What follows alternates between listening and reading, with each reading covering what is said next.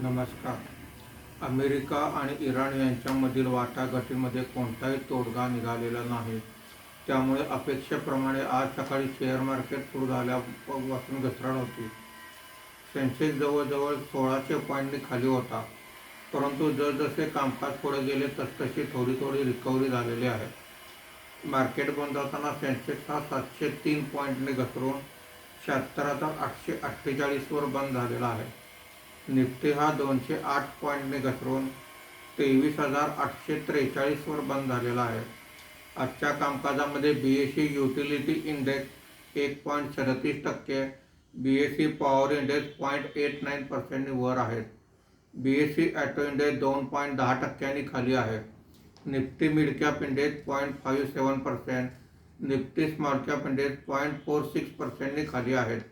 आजच्या कामकाजामध्ये निफ्टीमध्ये वाढलेले मुख्य शेअर्स पुढीलप्रमाणे: HDFC life insurance 2.47%, ICICI bank 2.21%, अडानी एंटरप्राइजेस 2.02%, NTPC 1.60% अशी वाढ आहे.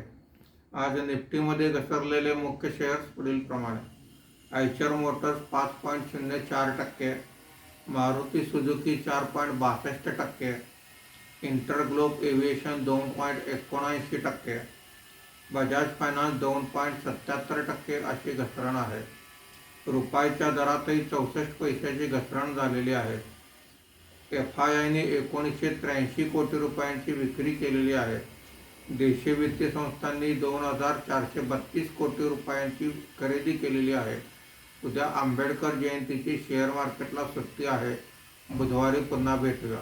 धन्यवाद.